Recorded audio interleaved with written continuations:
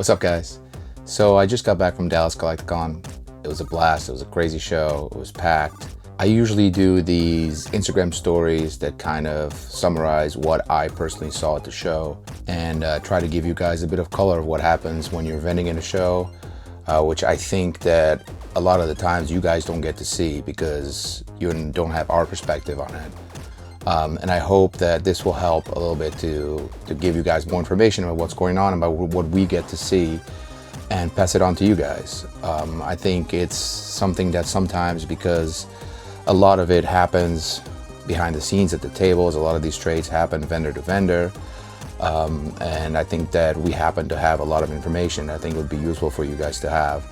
I usually put my thoughts on the market and what I've seen at the shows on Instagram on my stories, but I have gotten a lot of demand for me to do a video about it. So here it is.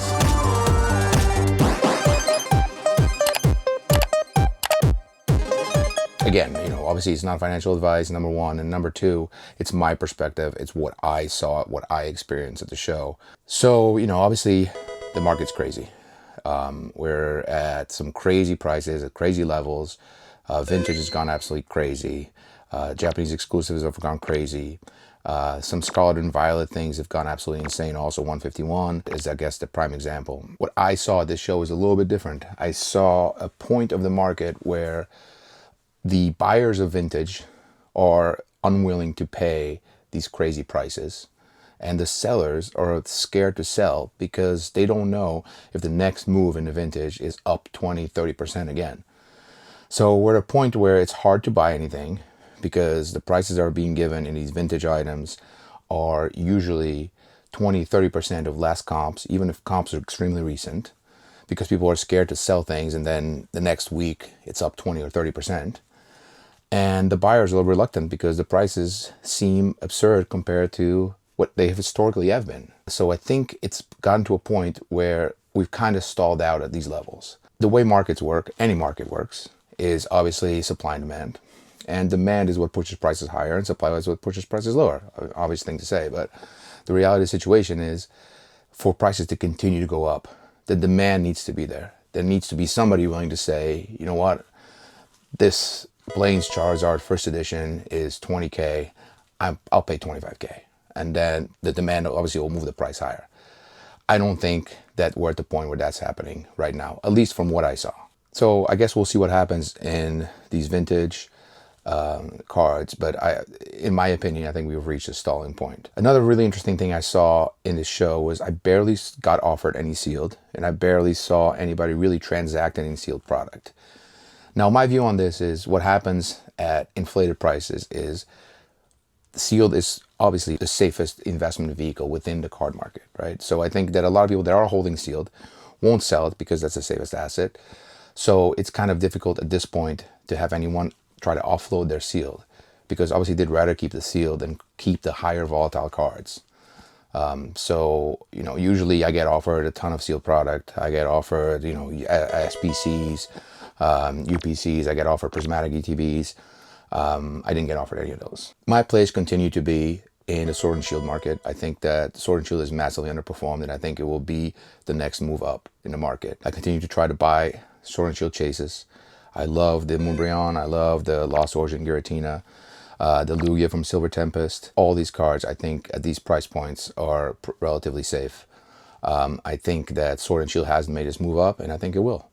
If you look at Sword and Shield box prices, they've kind of stalled out in the last, since the October-November correction. After it kind of came back to the original levels, now we've stayed at this level.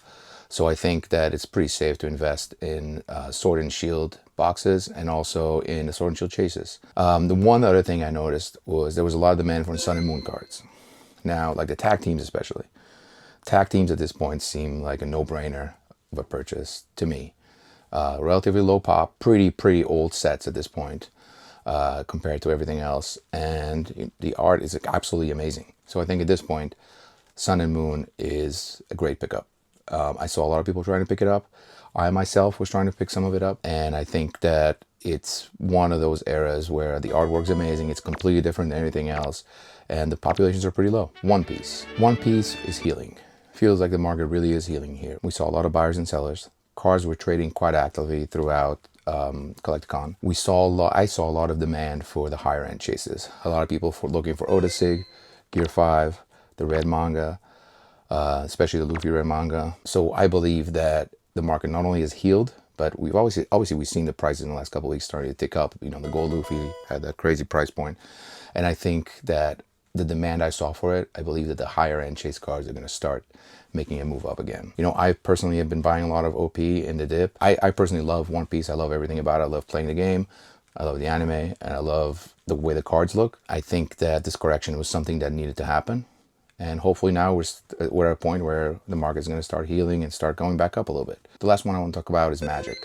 You guys know I'm a huge Magic guy. I started with Magic. It's my favorite game. One very interesting thing is Teenage Mutant Ninja Turtles. I barely found any collector boxes throughout all of Collecticon. I bought a few what I could get my hands on, but I barely saw any being sold anywhere. I saw older sets getting sold. Bloomborough, I saw a bunch of collector boxes, Bloomborough, Doctor Who, a lot of older boxes I saw offered, but I did not see any TMNT. Now, this was supposed to be the set that ended Magic. It was supposed to be the worst set ever, that everybody was gonna never touch a Magic card again. And here we are, $450 for a collector box, and you can barely buy it because there's none available. So I think for me, it's a great pickup. I picked up what I could. I'm still gonna continue to pick it up. I think the artwork's amazing, super nostalgic, especially for me. I'm a huge Turtles guy. I grew up with the Turtles. I love watching everything about the Turtles I love. So I love the artwork. I love the playability of some of the cards in the game. So it was something very interesting, and it's something that I'll continue to pick up. Guys, this is my main observations. I would love to hear some feedback about it. I would love to hear your views on it. If you disagree with me, if you saw something different, I would love to hear about it. So I hope this is useful to you. And most importantly, you cannot forget that we are in this hobby at an amazing time. So please try to enjoy every single moment we have in this booming hobby, and the best time we've ever had. And just think about how lucky we are to be in it. So happy collecting, and I'll see you guys at Chicago Collecticon. Don't forget to subscribe to our channel. Please like, comment, and subscribe. Thank you guys so much.